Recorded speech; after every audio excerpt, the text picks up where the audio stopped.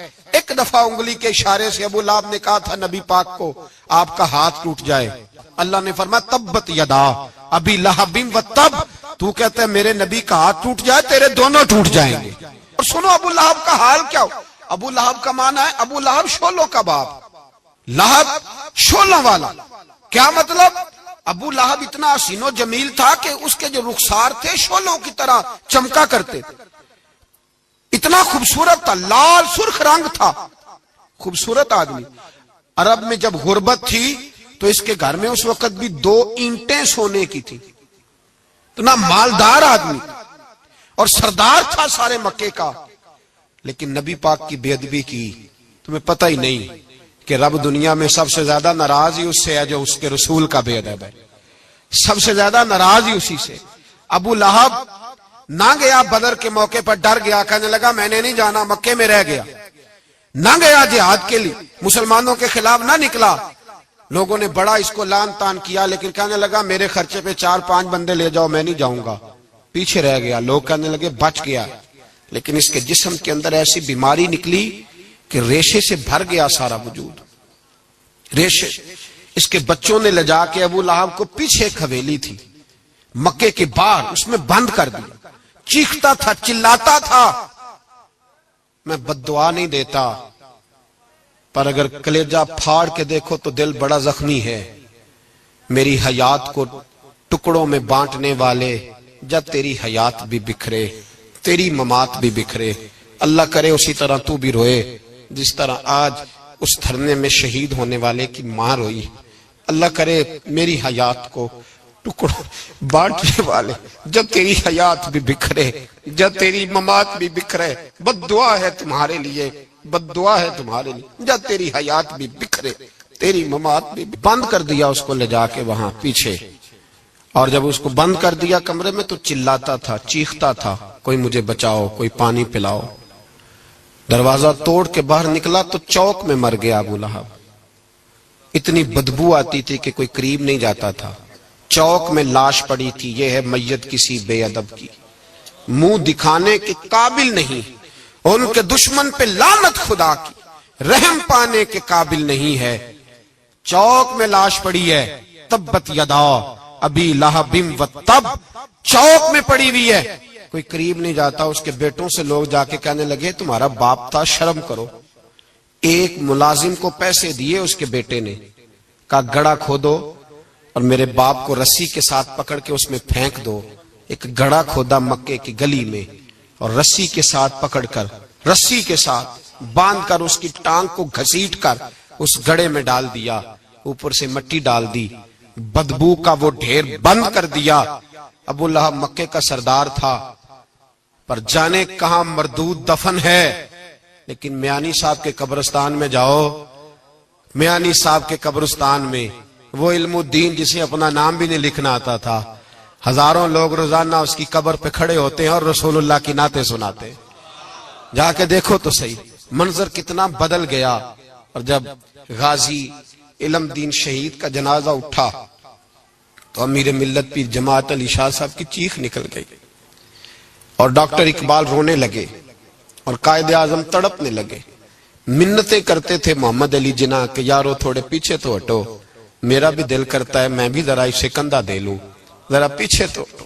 محمد علی جناح جیسے لوگ تڑپتے تھے، اور جب قبر میں اترنے کی باری آئی تو ڈاکٹر اقبال نے ہاتھ باندھے، کہنے لگا او دوستو اقبال پہ تھوڑا رحم کھاؤ، اسے میرے ہاتھوں پہ رکھو، قبر میں اتار دیتا، اسے میرے ہاتھوں قوت عشق سے ہر پست کو کر دے، دہر میں اس میں محمد سے اجالا کر دے، اور کی محمد سے فاتون نے تو ہم تیرے، یہ جہاں چیز ہے کیا لوح و قلم تیرے ہیں۔ اور اقبال کہنے لگے دیکھو میں شعر لکھتا رہا، اور یہ لوہاراں دا منڈا نمبر لے گیا۔ میرے نبی پاک صلی اللہ، ایک شخص حضور کے سامنے بیٹھا ہے تو منہ چڑھا چڑھا کے باتیں کر رہا ہے۔ کچھ لوگ نقلیں اتارتے ہیں، اور بزرگوں کی نقل اتارنا اور بزرگوں کی توہین کرنا یہ رب کو سب سے ناپسندیدہ فعل ہے۔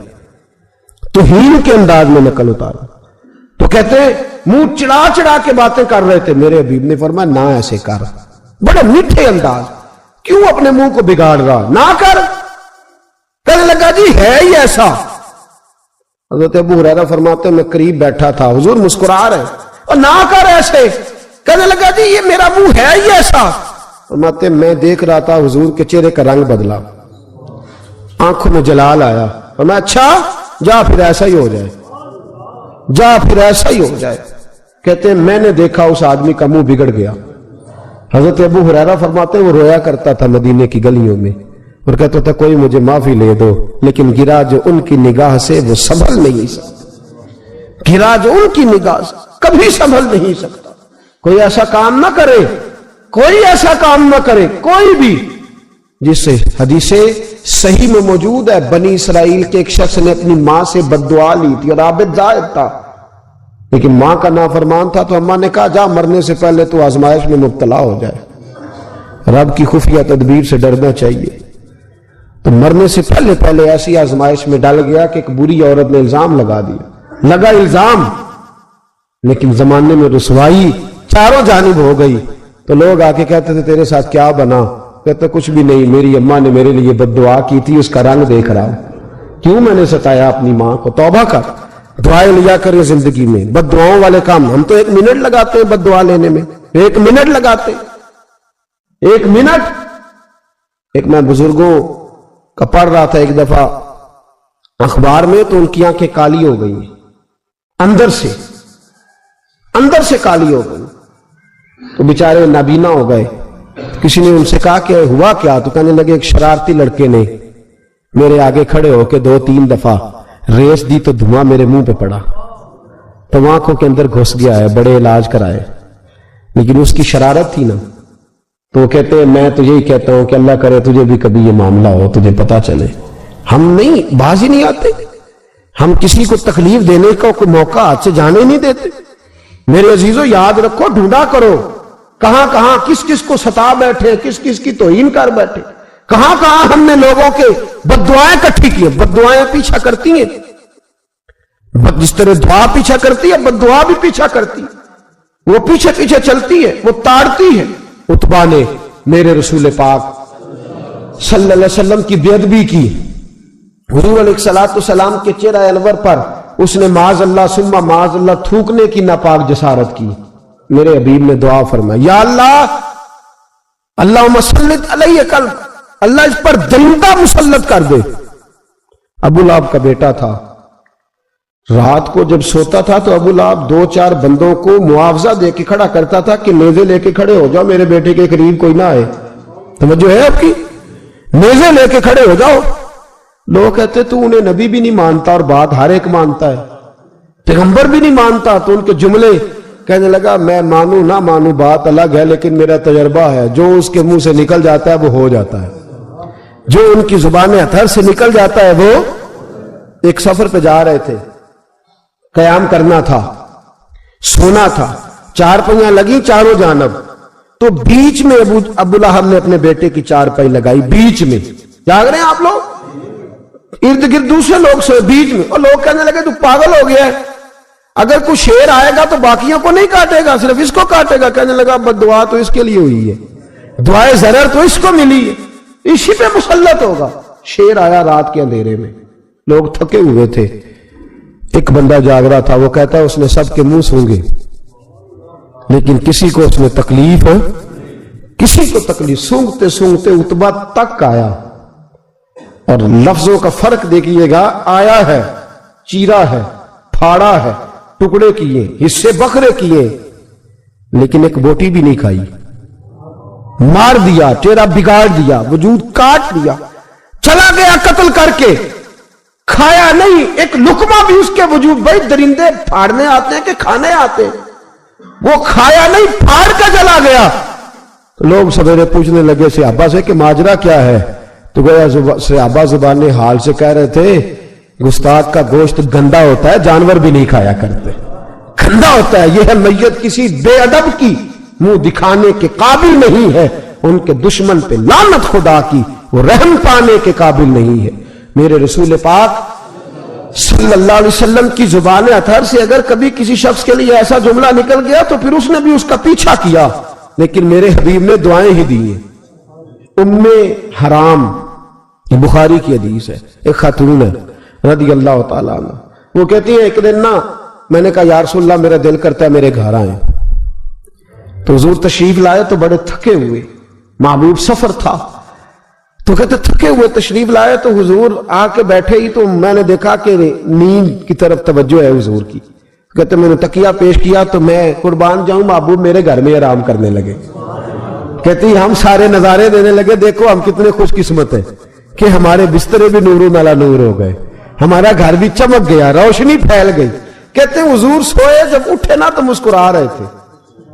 حضور اٹھے تو اس زمانے میں کوئی تصور نہیں تھا بیڑی بیرے کا, کشتی جو سمندر میں چلتی ہے اس کا تصور ہی نہیں تھا. ابھی قریب قریب نہیں بنتی تھی وہ کشتیاں, دور دور علاقوں میں بنتی تھی, اور اگر بنتی بھی تھی تو ان میں بیٹھ کے مجاہد نہیں جاتے تھے, مجاہد خشکیوں کے رستے جایا کرتے تھے. بی بی کہتی ہے حضور اٹھے تو مسکرا رہے تھے.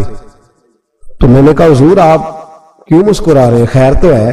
تو نبی پاک نے فرمایا میں نے دیکھا ہے سوتے ہوئے کہ میری کچھ امت کشتیوں پر بیٹھ کے بھی کافروں کے خلاف جہاد کرے گی, دریاؤں میں بھی. اقبال نے کہا نا دشت تو دشت ہے, دریا بھی نہ چھوڑے ہم نے, بحر ظلمات میں دوڑا دیے گھوڑے ہم. کشتیوں میں بھی جہاد کرے گی, میں نے دیکھا ہے. تو کہتے ہیں میں نے فٹافٹ کہا یا رسول اللہ مجھے بھی شامل کر دیں ان میں. حضور مجھے بھی ان میں. حضور ذرا جلدی جلدی دیکھا جو ان کو بانٹتے, تو میں نے بھی بڑھ کے پیار سے دستے عطا کے سامنے دستے طلب بڑھا دیا. میں نے بھی آگے بڑھ کے کہا حضور تھوڑی خیر ادھر, حضور مجھے بھی شامل کر دے. کہتے پہلے ہی بوڑھی تھی. نبی پاک نے ہاتھ اٹھائے کہ یا اللہ اس کو بھی ان میں شامل کر دے. اب فرماتے ہیں سرکار کا وصال ہوا, کوئی جہاد نہیں ہوا سمندر والا. حضرت ابو بکر کے زمانے میں کوئی جہاد نہیں ہوا سمندر والا. مجھے لوگ کہتے تو نے مرنا کب ہے؟ میں نے کہا جب تک کشتی والا جہاد نہیں ہو جاتا, جب تک کشتی والا جو دن کو کہہ دیا دن ہے تو دن نکل آیا, جو شب کو کہہ دیا شب ہے تو رات ہو کے رہی. خدا نے ان کی زبان کو وہ اختیار دیا, جو نکلی منہ سے ان کے وہ بات ہو کے رہی. فرمایا جب تک کشتی والا جہاد نہیں ہوتا میں نے مرنا. تو پھر بابے کو کہنے دو نا عرش فرشتے بانگا ملیاں, مکے پہ گئی شور, اور بلے شاہ ایسا نہیں مرنا. گالی مکی بلے شاہ ایسا نہیں مرنا ہے, مر گیا ہی کوئی اور تبارت شاہ کدو مر دے جنہ کیتیاں نیک کمائیاں نے, بات ہی ختم کر دی. او کدو مر دے جنہ کیتیاں نیک کمائیاں نے. حضرت سلطان باہو رحمت اللہ علیہ فرماتے کامل پیر اونا دے باہو قبر جنہ دی جیوے. فرمایا میں نہیں مرتی. حضرت اسرائیل نہیں آتے, وہ چھو کے گزرے گئے. کہتے بہنیں بھی چلی گئیں, بھائی بھی چلے گئے, خامد بھی چلا گیا, بچے بھی کئی گئے, اور میں اسی حالت میں. حضرت ابو بکر صدیق کا وصال ہوا, حضرت عمر کا وصال ہوا, حضرت عثمان کا گن رہے ہیں آپ لوگ, حضرت ابو بکر کے 2.25 سال, حضرت سیدنا عمر فاروق کے کم و بیش 10 سال, حضرت عثمان غنی کے تقریباً 11.5 سال. کتنا عرصہ ہو گیا؟ کہتی ہیں کوئی. پھر حضرت علی کے 4.5 سال. بی بی کہتی ہے میں تر و تازہ تندرست لوگ پہ تھے, بی بی تیرے ساتھ والے سارے چلے گئے, تو کب جائے گی؟ تو میں کہتی ساڈے نبی دی زبان, ساڈے واسطے قرآن, میں کیسے جاؤں, ابھی جہاد ہی نہیں ہوا. کہتے ہیں خلفائے راشدین نے پردہ کیا, حضرت امیر معاویہ کا دور آیا, اور حضرت امیر معاویہ نے قسطنطنیہ کے لیے جب مجاہد بھیجے تو سمندر کا رستہ تھا. کہتی ہیں جب سواریاں جانے لگی تو کہنے لگے کچھ بیویوں کی بھی ضرورت ہے کھانا پکانے کے لیے. کہتی ہے میں ہاتھ بھی کھڑا کرتی رہی, درود بھی پڑھتی رہی, اور محمد کی صداقت پر شکر بھی ادا کرتی رہی. کہتے ہیں میں نے ہاتھ کھڑا کیا تو مجھے کچھ لوگ کہنے لگے بی بی تو سلیکٹ ہو جائے گی, تو بوڑھی ہے. تو کہتی ہے میں نے کہا سلیکٹ ہو کیا جاؤں گی, مجھے جانے والے سلیکٹ کر کے گئے ہیں, مجھے سلیکٹ کیا گیا ہے. جنہوں نے ظاہری پردہ کیا ہے نا سلیکٹ, مجھے حضور نے دعا کر دی تھی تو نبی پاک کی دعا. فرماتی ہیں میں کشتی میں بھی بیٹھی, جہاد بھی کیا, اور جس دن وہ جہاد ختم ہوا حضرت ام حرام کا وصال ہو گیا. تو لوگوں سے پوچھتے بی بی چلی گئی, کہنے لگے ہاں مصطفیٰ کا کیا ہوا وعدہ جو پورا ہو گیا ہے, میرے محبوب نے جس کو دعا دے دی, میرے رسول کریم نے جس کے لیے دعا کر دی. دوسرا درجہ والد کا. اگرچہ رسول پاک علیہ السلام کے والد گرامی آپ کی ولادت سے قبل تشریف لے گئے تھے, لیکن میرے حبیب پاک علیہ الصلوۃ والسلام نے جناب ابو طالب کے ساتھ جو رویہ رکھا اور پھر حضرت عباس کے ساتھ جو رویہ رکھا، پتہ کیا حال تھا؟ جب رسول پاک علیہ الصلوۃ والسلام فرماتے ہیں غربت تھی تو مجھے جناب ابو طالب نے پالا، ان کی زوجہ حضرت فاطمہ بنت اسد رضی اللہ تعالیٰ عنہ جو جناب علی المرتضیٰ کی والدہ ہیں، فرماتے ہیں کہ انہوں نے میری بڑی خدمت کی، مجھے گھر میں رکھا، پیار سے رکھا۔ میرے والد اور والدہ کے وصال کے بعد، چچا کے جانے، دادا کے جانے کے بعد چچا اور چچی نے پالا اور اس گھر کو ایک مکمل ماحول فراہم کیا۔ پھر ایک وقت آیا کہ جناب ابو طالب پہ غربت آئی۔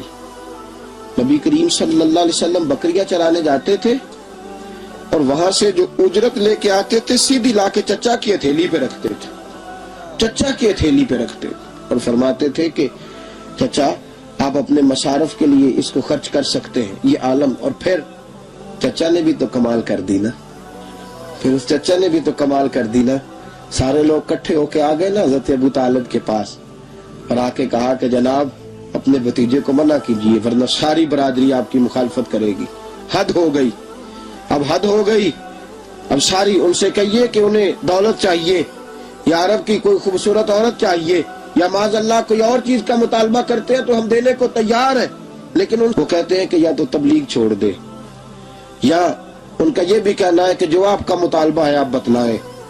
حبیب پاک علیہ السلام نے فرمایا کہ اگر وہ میرے سیدھے ہاتھ پہ چاند رکھیں، دوسرے پہ سورج رکھیں، پھر بھی میں اللہ کی توحید کا اعلان کرتا ہی رہوں گا، میں تو اس دعوے سے باز نہیں آؤں گا۔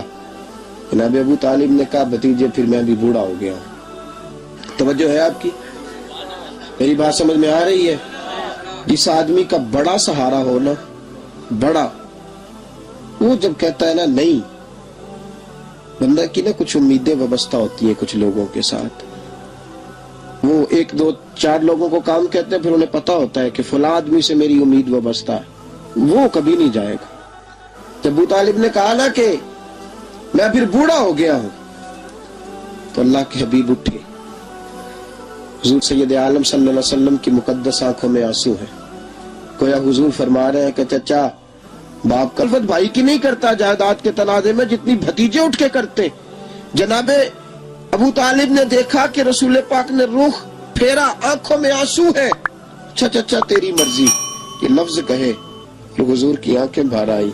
جناب ابو طالب بوڑھے آدمی تھے، اٹھے، پیچھے دوڑے، حضور کو کندھے سے پکڑا، کھینچ کے رخ اپنی طرف کیا، سینے سے لگایا اور کہا بھتیجے جا، جو تیرے دل میں آتا ہے کر، خوشی ہو یا غم ہو، کوئی ساتھ دے نہ دے، تیرا چاچا ہمیشہ تیرا ساتھ دیتا رہے گا، جا تجھے اجازت ہے، جو تیرے دل میں ہے۔ میرے دوستو، بحیثیت ایک سربراہ خاندان کا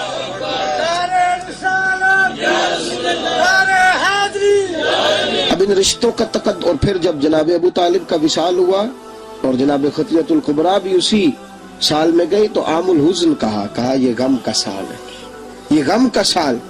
رشتوں کا تقدس جو نبی پاک علیہ السلام کے آنے پہ قائم ہوا، قبل اس کے انسانیت اس سے آشنا نہ تھی۔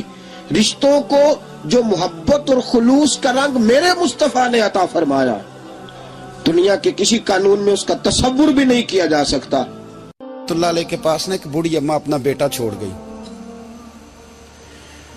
تو حضرت صاحب نے کوئی 2 4 5 مہینے رکھا، تو بعد میں اس کی اماں کو بلا کے کہا کہ تو بیوہ ہے، بیٹا تیرا یتیم ہے، میں نہیں چاہتا کہ اس کا وقت ضائع ہو، یہ پڑھنے والا کوئی نہیں، سارے نہیں بھائی پڑھنے والے ہوتے، اب یہاں علماء بیٹھے ہیں، میں بے ادب بھی نہ ہو جاؤں، کچھ پورے 8 سال لگا کے بھی آ جاتے ہیں، سند بھی ان کے پاس ہوتی ہے، ناراض نہ ہو جانا، یہ تو سب اچھے لوگ ہیں، سند ہوتی ہے پر پتہ کوئی نہیں ہوتا، یہ اعلیٰ حضرت نے لکھی ہے بات، سند ہوتی ہے، پوری ڈگری ہوتی ہے، اس پہ کئی لوگوں کے سائن بھی ہوتے ہیں۔ تو بہت سارے طالب علم ایسے ہوتے ہیں جو مدارس میں کہتے ہیں میں فاضل فلاں ہوں، لیکن کوئی شے پاس، تو مولانا سردار احمد صاحب محدث اعظم پاکستان رحمۃ اللہ علیہ اس بوڑھی کو کہنے لگے تیرا بیٹا کون دینا ہے، پڑھنا پڑھانا اس نے کچھ بھی نہیں، تو یتیم بچہ ہے، کل کو تو کہے گی کہ میرے بیٹے نے وقت ضائع کیا تو واپس لے جاؤ۔ بوڑھی اماں رونے لگ گئی، کہنے لگی میں پڑھانے تو نہیں لائی تھی،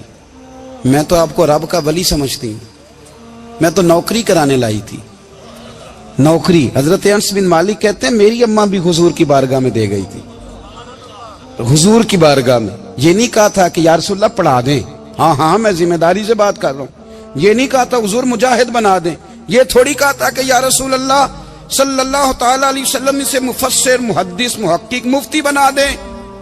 حضرت انس کی اماں کہہ گئی تھی سونیا جب تک یہ رہے گا نا آپ کی نوکری کرے گا، یہ گھر کے کام کاج کرے گا، ڈیوٹی کرے گا، حضور یہ آپ کی نوکری کرے گا۔ تو میرے محبوب نے پھر دعا کر دی، اللہ اسے برکت عطا فرما۔ تم سمجھتا ہے خدمت والا خالی رہ جاتا ہے؟ جتنا ذائقہ خدمت والے کو ملتا ہے، جو اس کے نصیب میں آتا ہے، وہ کسی کا نصیب کہاں بھائی۔ حضرت انس کہتے ہیں حضور نے دعا کر دی، برکت کی۔ مجھے تو کھیتی باڑی آتی بھی نہیں تھی، پر لوگوں کے باغ میں سال میں ایک دفعہ پھل لگتا تھا، میرے باغ میں 2 دفعہ لگتا تھا۔ حضور نے دعا کر دی یا اللہ اسے اولاد دے۔ فرماتے ہیں میرے بیٹے، میرے پوتے، میرے نواسے، میری بیٹیاں، فرماتے ہیں میں زندہ ہوں اور میری 100 اولادیں موجود ہیں۔ پریشان ہو گیا 100 سن کے کہ بچے 2 ہی اچھے، 100 اولادیں میری موجود ہیں۔ حضرت انس بھی مولانا سردار احمد صاحب کے پاس نا چھوڑ گئی بچہ، کہنے لگی حضرت جی میں کو پڑھانے کے لیے تھوڑا چھوڑ گئی ہوں، میں تو اس لیے چھوڑ کے گئی ہوں کہ آپ مہربانی کریں، خدمت کرائیں۔ تو حضرت جی کہنے لگے کوئی ایسا کام ہی نہیں، خدمت والا کیا کراؤں؟ کہنے لگی پٹھے پوا لیا کرو جی۔ ان لڑ پیندے نے کہنے نے بچے کام کر دیں مدرسے دا، حالانکہ اب کہاں بچے کام کرتے ہیں، اب تو گزر گیا دور، اب تو بچے کام کراتے ہیں۔ اب بچے بھی ناراض ہو رہے ہیں، گھور گھور کے دیکھ رہے ہیں، صحیح پہ رہا ہوں آپ کو، بچے کام کراتے ہیں، بچے کہاں کام کرتے۔ کہنے لگی یہ چارہ ڈالے کرے گا آپ کی بھینسوں کو۔ تو حضرت نے اس کو کہا کہ بی بی چارہ میری بھینسوں کو ڈالنے کے لیے میں نے بندہ رکھا ہوا ہے، تو جا لے جا۔ کہنے لگی ہاتھ باندھ کے حضور مہربانی کریں رکھ لیں، چارہ ڈالے گا۔ اور پتر توجہ سے چارہ ڈالنا حضرت کی بھینسوں کو۔ رونے لگی، حضرت نے رکھ لیا، مہینے کا خرچہ بھی دیتے۔ شام کو نا وہ سارا دن کام کرتا، شام کو آ کے پیروں میں بھی بیٹھ جاتا، حضرت جی لائیں تیل تھوڑا سا، پیر نہ دبا دوں۔ 8 سال ساتھ والے پڑھتے رہے، یہ بیچارہ نوکری کرتا رہا، میرا روپ بھی نہیں تے میرا رنگ بھی نہیں، اور مینو یار منان دا ٹنگ بھی نہیں۔ کبھی کبھی نا حضرت بلال حبشی فارغ ہوتے نا تو نبی پاک کی بارگاہ میں عرض کرتے حضور کوئی کام تو نہیں، سارے ہو گئے، حضور جاؤں ذرا، چلے جاتے۔ ایک دن سلمان فارسی کہنے لگے یا رسول اللہ یہ بلال کہاں جاتا ہے؟ فرمایا جا دیکھ کے تو آ۔ حضرت سلمان واپس آئے تو آ کے رونے لگے، کہنے لگے سونیا جب یہاں سے جاتا ہے نا تو جا کے سیدہ فاطمہ کی چکی پیسنی شروع کر دیتا، بی بی صاحبہ کے کام کرنے لگتا ہے، گھر میں جا کے اسنین کی ڈیوٹی کرتا ہے، وہاں بھی کام یہاں بھی کام۔ وہ چارہ ڈالتا رہا، اس نے چارہ ڈالا۔ حضرت محدث اعظم کی بھینسوں کو دستار فضیلت کا وقت آ گیا، سارے پگڑیاں سجا کے آ گئے، آج دستار ہوگی۔ یہ نہ پیچھے ہو کے بیٹھ گیا، چونکہ پڑھا ہی نہیں تھا تو دستار کاہے کی، دستار تو اس کی جو پڑھے گا، ہم نے تو پڑھا ہی نہیں، ہم نے تو یار پڑھا، گھر پڑھا، ڈیوٹی کری۔ حضرت محدث اعظم رحمت اللہ علیہ کے ہاں جب اعلان ہونے لگا نا کہ اب دستار ہوگی تو حضرت نے پہلا اعلان اس کا فرمایا۔ تو مجھان لا بندہ کپڑے بھی کدی کدی بدل دے نا، وہ کہتا ہے جس حال میں بھی تھا میں پلٹ کے دیکھنے لگا کہ پڑھا پڑھایا تو ہے، کوئی شے نہیں، تو یہ ماجرا کیا ہے؟ پیچھے سے اٹھ کے آئے تو کہتے ہیں باقیوں کی دستار کسی عالم نے کی، کسی صوفی نے کی، لیکن یہ بھینسوں کو چارہ ڈالنے والا جب آیا تو محدث اعظم نے فرمایا پگڑی کے بال کو کوئی ہاتھ نہ لگائے، یہ ساری دستار میں نے کرنی ہے۔ اور فرماتے ہیں حضرت بال بھی دیتے جاتے تھے اور آنسو بھی بہاتے جاتے تھے، ماتھا بھی چومتے تھے، اور فرماتے تھے دستار کے بعد چلا تو نہیں جائے گا یار، مجھے تو عبادت بھی نہیں رہ گئی، مجھے تو چابیوں کو بھی نہیں پتا کون سی کہاں رہتی ہے، جائے گا تو نہیں تو رو پڑا، کہنے لگا سونیا جائے تو وہ جس کے پلے کچھ ہے ہو، آتا جاتا تو ہے کچھ نہیں، مجھے کس نے رکھنا ہے، میں نے کہاں جانا ہے، ادھر کہاں تو ادھر ہی رہوں گا۔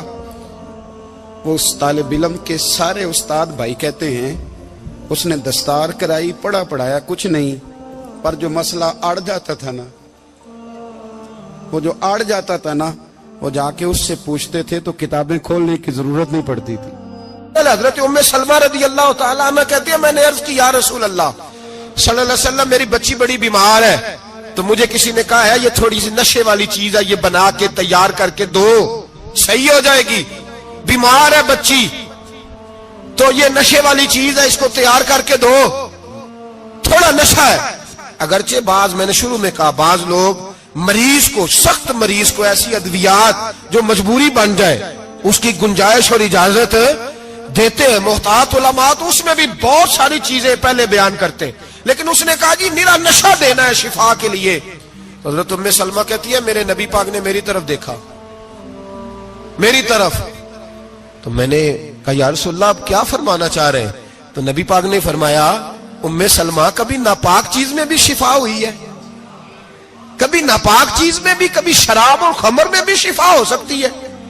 شفا رب کریم نے رکھی ہے پر شہد کے اندر رکھی ہوئی ہے, شفا اللہ نے رکھی ہے قرآن مجید میں رکھی ہوئی ہے. تو اس میں بھی کبھی یہ حضور نے بیان کیا ہے کہ اس کے اندر شفا ہو سکتی, تو امت کتنی دلیری کرتی ہے جو یہ مشورے دیتی ہے کہ اس کے اندر نشہ ہے, شراب ہے, تو کھانسی چلی جائے گی تو فلانی بیماری چلی جائے گی. نہ آؤ ان چیزوں پہ, نہ اپنے ایمان کو خرابی دو, اور نہ ایسی باتیں کرو جس سے کہ ڈائریکٹ رسول اللہ صلی اللہ علیہ وسلم کے واضح ارشادات کی مخالفت ہو. میرے نبی پاک صلی اللہ علیہ وسلم نے فرمایا, اور پھر کچھ لوگ کہتے ہیں تھوڑی پی ہے جی. اب تو میں تجزیے میں پڑھ رہا تھا کہ ایسی شراب ایجاد ہو گئی ہے, لوگ شراب پیتے ہیں اور وہ مست بھی رہتے ہیں, کار بھی چلاتے رہتے ہیں, کہتے ہیں جی نہیں ہمارا ذہن معاف نہیں ہوا تو یہ والی صحیح ہے, نشہ نہیں لاتی. میرے نبی پاک صلی اللہ علیہ وسلم نے فرمایا جس چیز کی تھوڑی مقدار, زیادہ مقدار حرام ہے اس چیز کی تھوڑی مقدار بھی حرام ہے, جس کی زیادہ مقدار حرام ہے اس کی تھوڑی بھی. تو خمر اور شراب اگر فل پینا جائز نہیں تو تھوڑی پینا بھی جائز, یہ حرام ہے اور حرام تھی اور قیامت تک حرام ہی رہے گی. میرے نبی پاک صلی اللہ علیہ وسلم نے منع کیا اور حضور نے اظہار ناپسندیدگی فرمایا, فرمایا 40 دن تو عبادت ہی قبول نہیں ہوتی شراب پینے والوں جب تک سچی توبہ نہ کرے. یہ لفظ جب ادا کرتا ہوں تو شرم سے میری زبان لڑکھڑاتی ہے کہ یار درباروں پہ بھی نشہ بکتا ہے.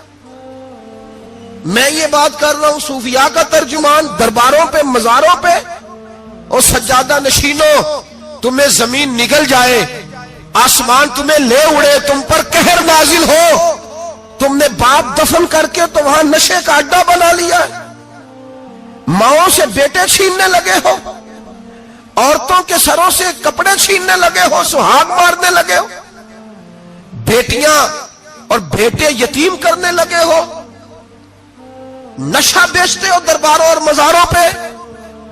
یہ تماشا لگ گیا. آپ کیسے کروں یہ بات, پر کرنی پڑ رہی ہے, مجبوری ہے, یہ مضمون مکمل نہیں ہو سکتا. بند کر دیں وہ دربار, ہمیں نہیں چاہیے جن درباروں پہ نشہ بکتا ہے. میں ذمہ داری سے کہہ رہا ہوں, بات ریکارڈ ہو رہی ہے. جوتے کی نوک پہ وہ سجادہ نشین جو امت کو ڈرگز دیتا ہے,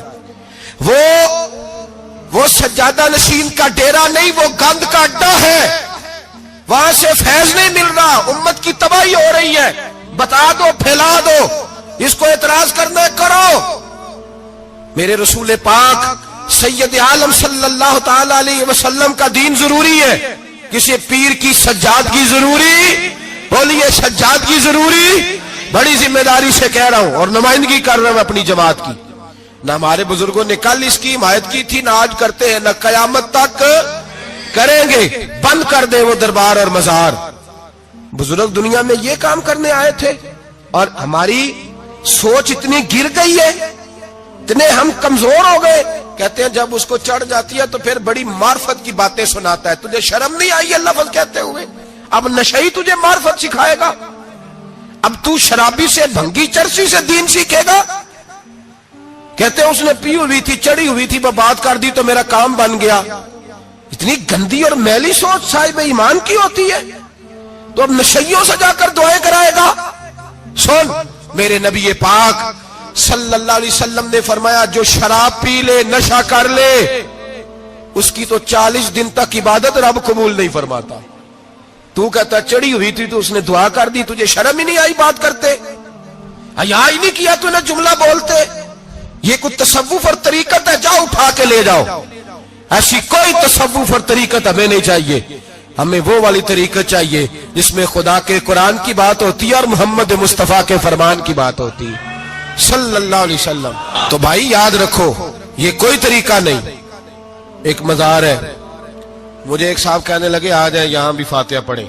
میں نے کہا یہاں کیا ہے؟ کہنے لگے تھے تو بابا جی نشہ وشا کرتے، پر اب سنا ہے لوگوں کی منتیں بڑی پوری ہوتی ہیں، مجھے جذبات بڑے کم آتے ہیں۔ میں نے اس آدمی کو گریبان سے پکڑ لی، میں کہ ادھر ہٹ، وہ تو نشہ کرتا تھا اور تو جاتا تھا، تیری یہ کیسے طاقت ہوئی؟ تو نے مجھے مشورہ دے دیا، تو ہمیں کمزور سمجھتا ہے؟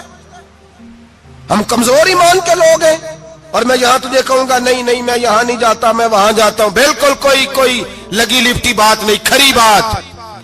تصوف وہ، دربار وہ جہاں قرآن پڑھا جائے اور رسول اللہ کی حدیث سکھائی جائے، باقی کوئی مطلب نہیں کسی قسم کا۔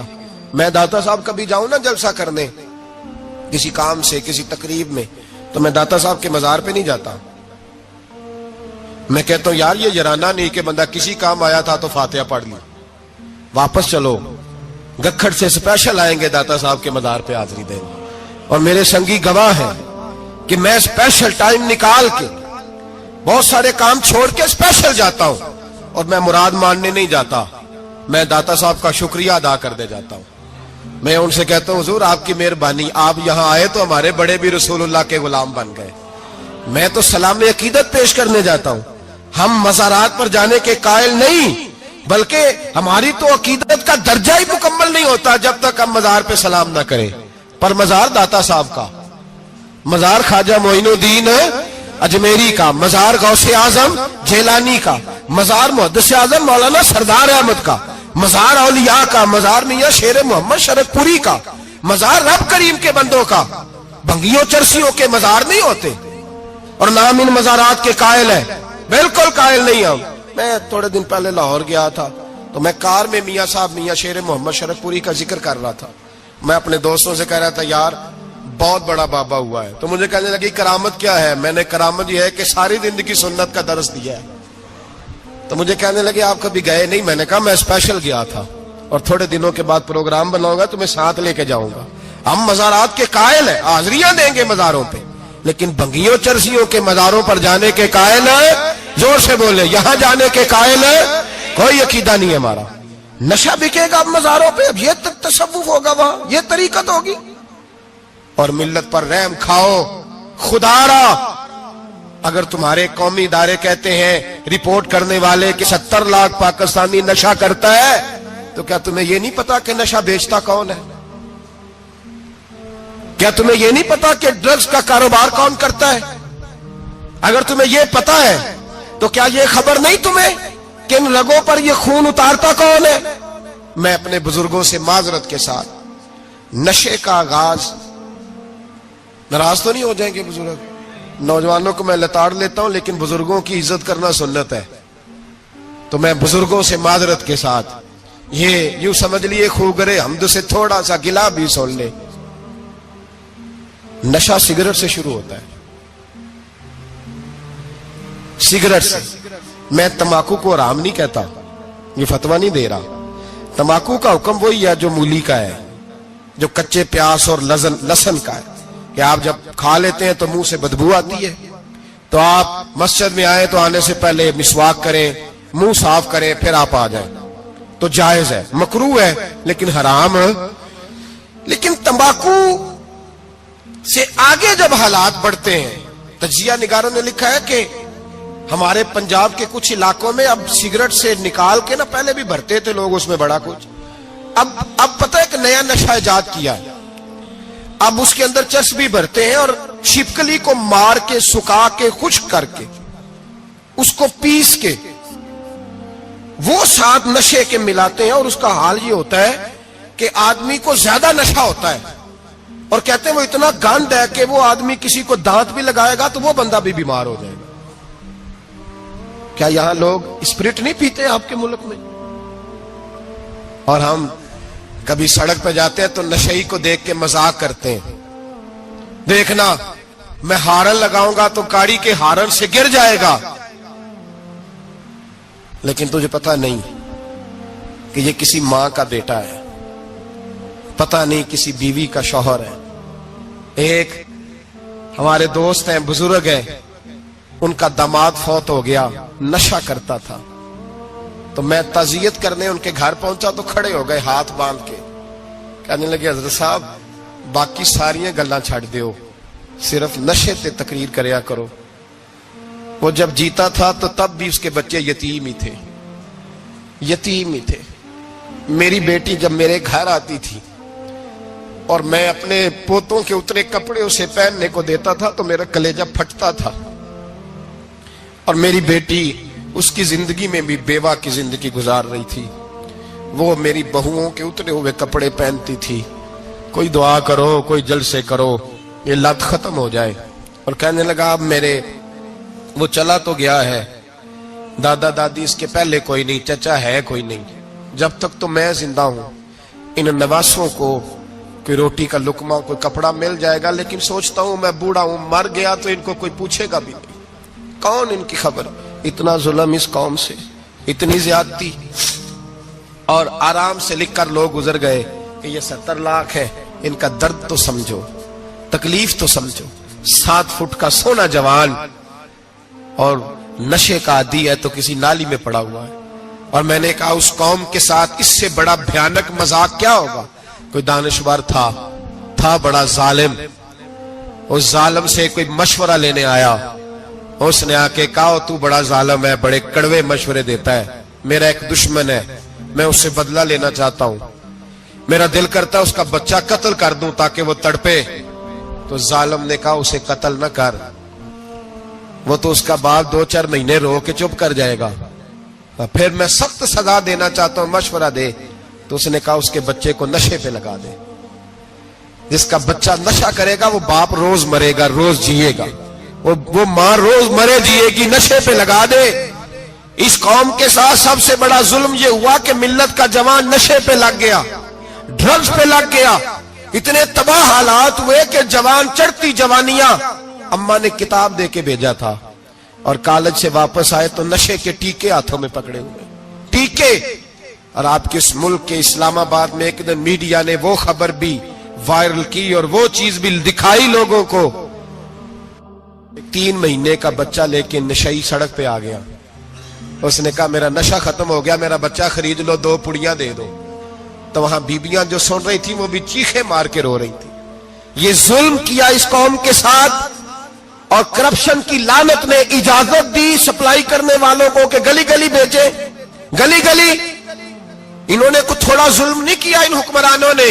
اور ہماری اپوزیشن, اس کو نہ صرف اتنا پتا ہے کہ یہ جائیں اور ہم آئیں, اس سے زیادہ کوئی غرض نہیں. بھائی کرپشن کے خلاف نکلے ہو تم, نشے کے خلاف کس دن نکلو گے, جوئے کے خلاف کس دن. قوم تو مر رہی ہے نشے سے, اس کے خلاف میدان میں کب آؤ گے. صرف اتنا ہے کہ یہ جائیں اور ہماری باری آئے, اس سے زیادہ کچھ نہیں.